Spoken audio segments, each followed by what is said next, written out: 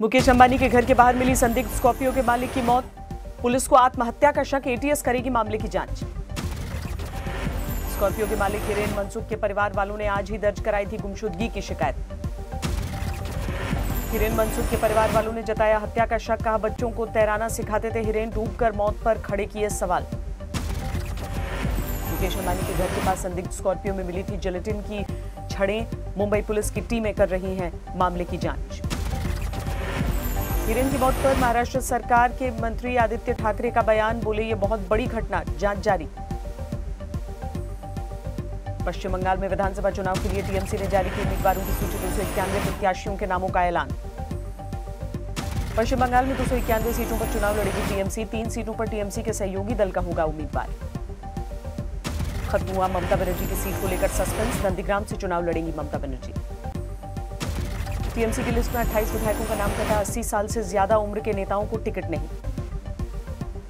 TMC ने महिला उम्मीदवारों पर जताया भरोसा। 50 महिला उम्मीदवारों को टिकट। मुस्लिम उम्मीदवारों की टिकट में कटौती। 42 मुस्लिम प्रत्याशियों के साथ मैदान में उतरेगी टीएमसी। उम्मीदवारों के ऐलान के साथ दीदी ने भरी हुंकार, जीतने का भरोसा जताया।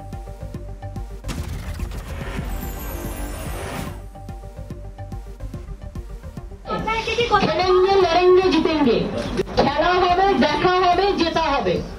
ठीक है, लड़ेंगे जीतेंगे, खेला होबे, देखा होबे, जीता। ममता का बीजेपी को चैलेंज का 120 रैली भी कर ले, लेकिन बंगाल में नहीं जीतेगी बीजेपी। चुनाव आयोग पर ममता का तंज, बोली 294 चरण में हो मतदान, फिर भी नहीं हारेगी बीजेपी।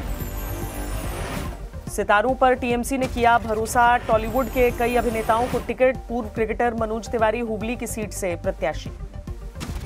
शुभेंदु अधिकारी के नंदीग्राम से चुनाव लड़ने पर सस्पेंस जारी। कल बीजेपी कर सकती है प्रत्याशियों के नामों का ऐलान। ममता के नंदीग्राम में चुनाव लड़ने पर बाबुल सुप्रियो का तंज, कहा ममता का हार ना तय। नंदीग्राम से ममता दीदी को हराएंगे। शुभेंदु अधिकारी जी अगर वो खुद वहां से लड़ेंगे तो भी 50 से हराएंगे। टिकट न मिलने पर भड़के टीएमसी नेता। अरबुल इस्लाम के समर्थक जमकर तोड़फोड़ और आगजनी की। नंदीग्राम में टीएमसी तैयार कर रही है सीएम ममता का आशियाना। घर में साफ सफाई कर ममता के ठहरने का किया जा रहा है इंतजाम। असम चुनाव के लिए बीजेपी ने जारी की लिस्ट। 70 उम्मीदवारों के नामों का ऐलान। मौजूदा विधायकों के कुछ टिकट कटे। सीएम सर्बानंद सोनोवाल माजुली विधानसभा से लड़ेंगे चुनाव। मंत्री हेमंत बिस्वा शर्मा जालुकबाड़ी सीट से लड़ेंगे।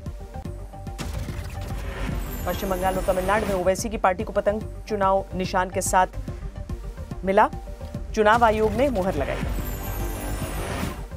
कार्ति चिदंबरम ने की मांग, प्रियंका वाड्रा कन्याकुमारी से चुनाव लड़ें।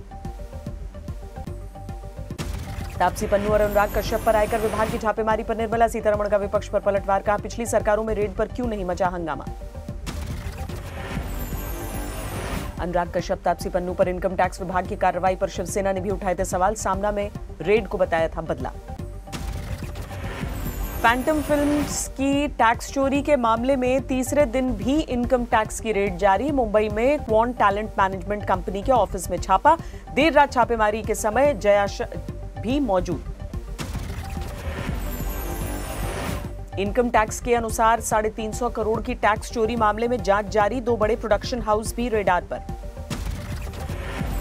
आयकर विभाग ने कंपनियों के दफ्तरों से ईमेल, हार्ड डिस्क समेत डिजिटल डेटा जब्त किया। 7 बैंक लॉकर भी सीज। बॉलीवुड ड्रग्स कनेक्शन मामले में एनसीबी ने दाखिल की चार्जशीट। 33 आरोपियों का नाम।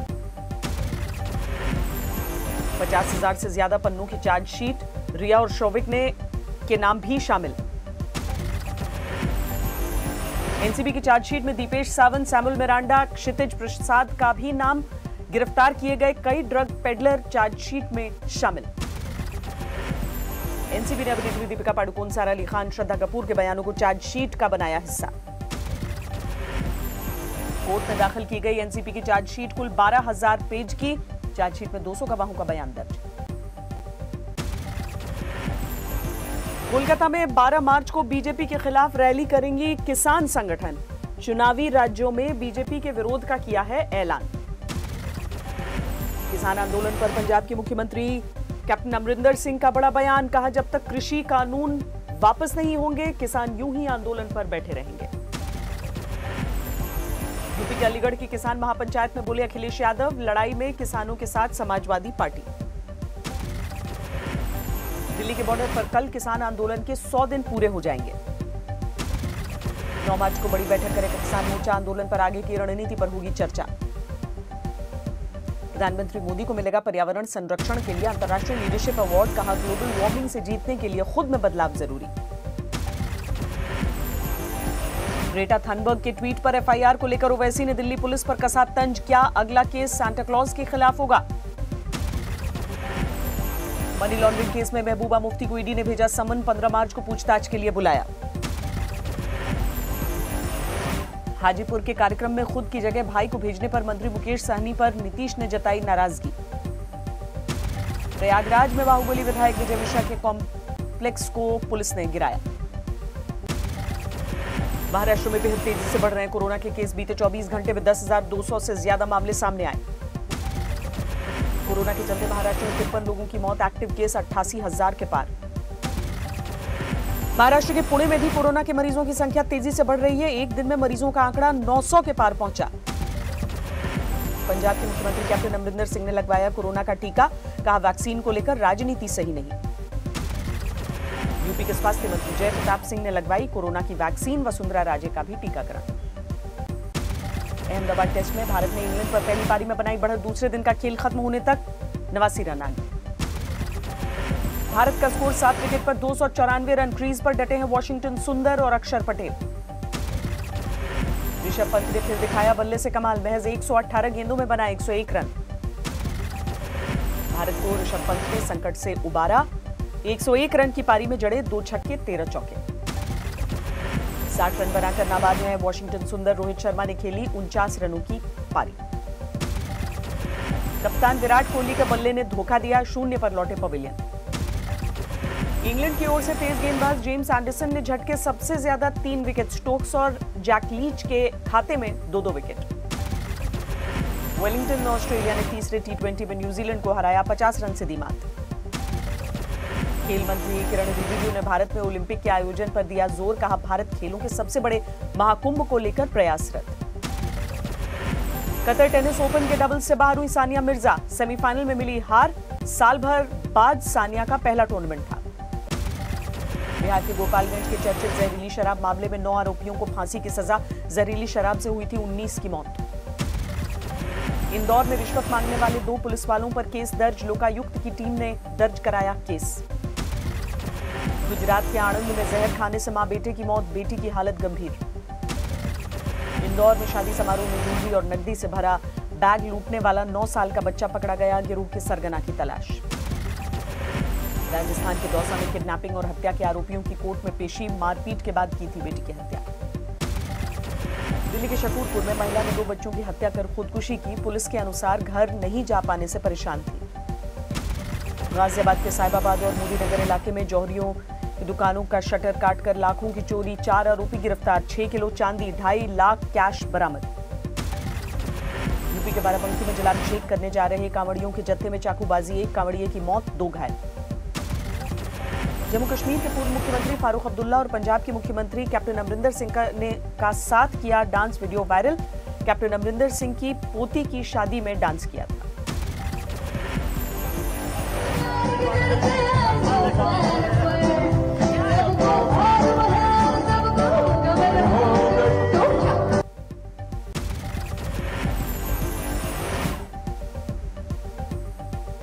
हरिद्वार में कार गंगानगर में गिरी, 4 लोग डूबे। अकोला के टिम्बर मार्केट में लगी भीषण आग, 6 दुकानें जली। इंदौर में कुंड में डूबने से 2 बच्चों की मौत, झरने से बने कुंड में नहा रहे थे छात्र। अरुणाचल में लाखों की ड्रग्स बरामद, 2 तस्कर गिरफ्तार। अलीगढ़ में मकान में चल रही फैक्ट्री में लगी आग, लाखों का नुकसान, रिहायशी इलाकों में फैक्ट्री चलने पर सवाल। झांसी से लौटे अखिलेश यादव, सैफई में कार्यकर्ताओं से की मुलाकात, कहा 2022 में सरकार बनाने के लिए अभी से कसें कमर। देवरिया में एक युवक ने बाइक में रखे 2.5 लाख रुपए उड़ाए, सीसीटीवी में तस्वीरें। यूपी में पूर्व सांसद धनंजय सिंह ने प्रयागराज कोर्ट में सरेंडर किया। अजीत सिंह हत्याकांड के आरोपी धनंजय पर पुलिस ने जारी किया था 25,000 का इनाम।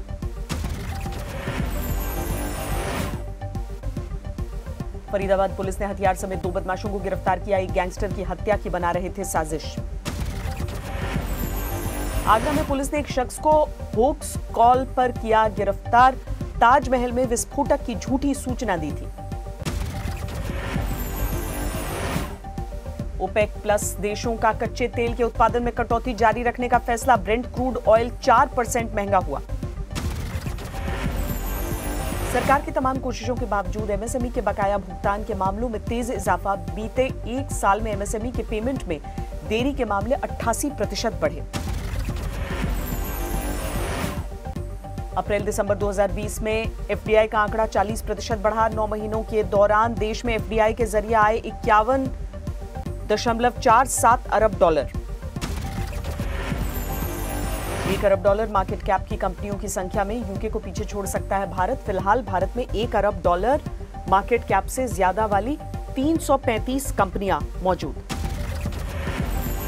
रेलटेल ने 4000 रेलवे स्टेशनों पर शुरू की प्रीपेड वाईफाई सर्विस।